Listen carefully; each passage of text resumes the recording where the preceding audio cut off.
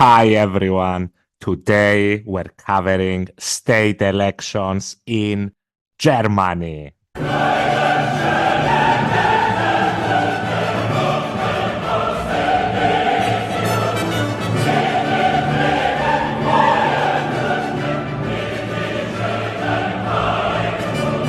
A little bit of background info first. On our show, we've covered many ex-Goldman Sachs employees, each one shittier than the other.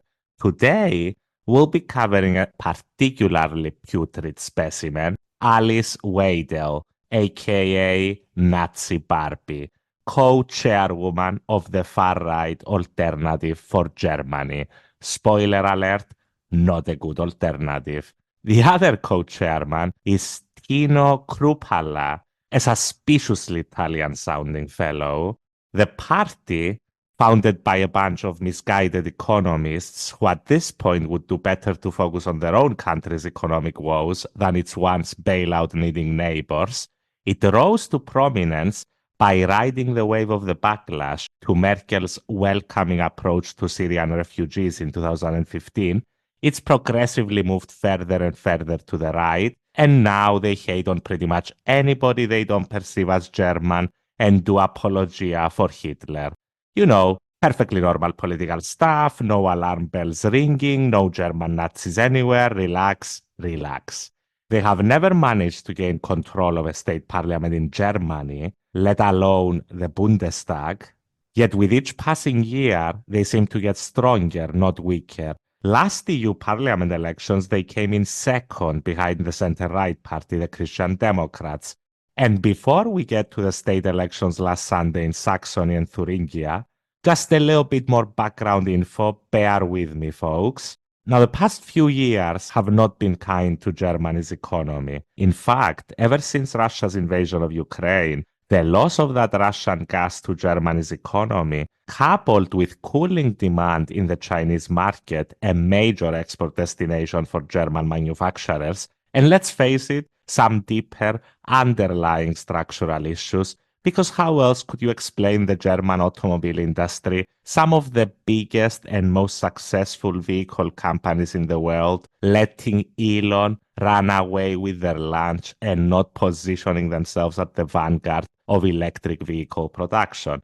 And yes, I know they banned his porn site in Brazil.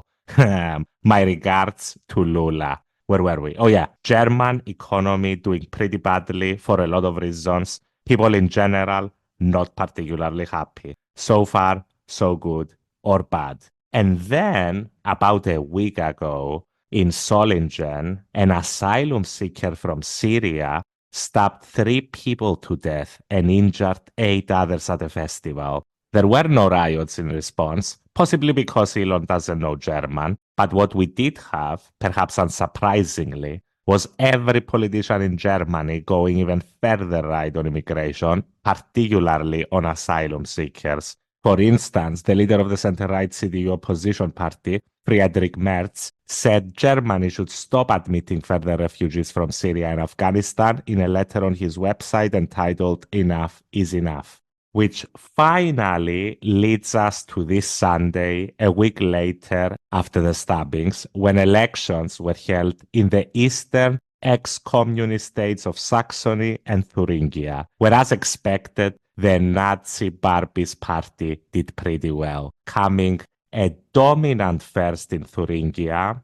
and a close second in Saxony. Alice Weidel herself stated, the AfD's co-leader said, "It is a historic success for us. It is the first time we have become the strongest force in a state election. It is a requiem for this coalition in Berlin." The 11-year-old AfD clinched its first mayoral and district government posts last year, but has never joined a state government.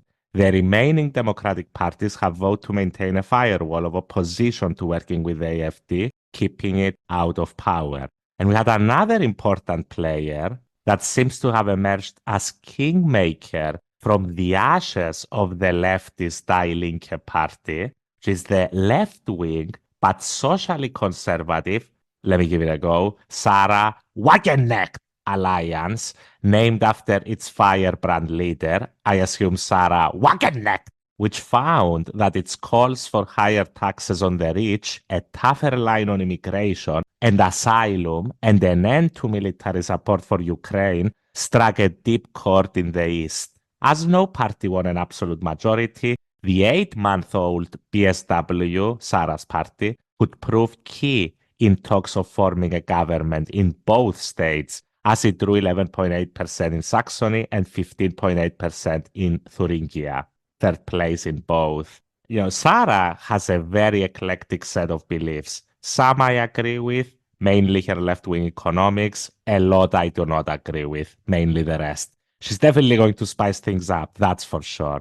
And lastly, let's not forget the Christian Democrats, the traditional center-right party of Germany, which clinched first place in Saxony, and whose leader, Friedrich Merz, is the most likely person to be the next Chancellor of Germany next year.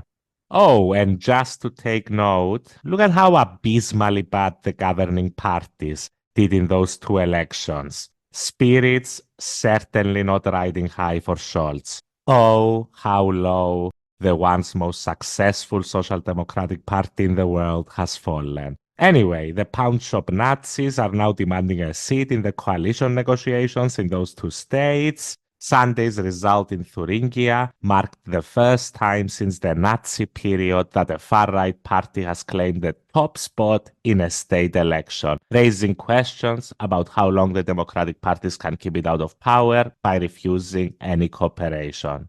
The AfD won a blocking majority in Thuringia, meaning it will be able to stand in the way of judicial appointments and amendments to the state constitution. Look, it goes without saying that, of course, this is going to be a shit show. The remaining parties, alternatives excluded, have such ideological differences between them, especially Sarah's party, the PSW, with the rest, that it's going to be extremely hard to pull off. But before we leave, just something very interesting about Thuringia. When they write that Sunday's result in Thuringia marked the first time since the Nazi period that the far-right party has claimed the top spot in a state election, do you know which state it was that they claimed the top spot in last merry-go-round?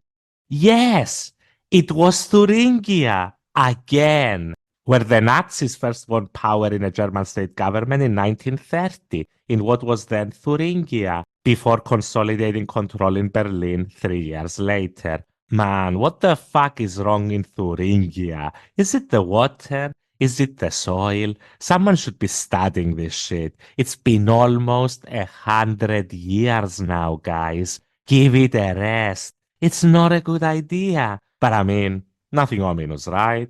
Just a neo-Nazi party gaining top spot in a state election of the same exact state which flipped first almost 100 years ago to their Nazi forefathers. Like, what a coincidence.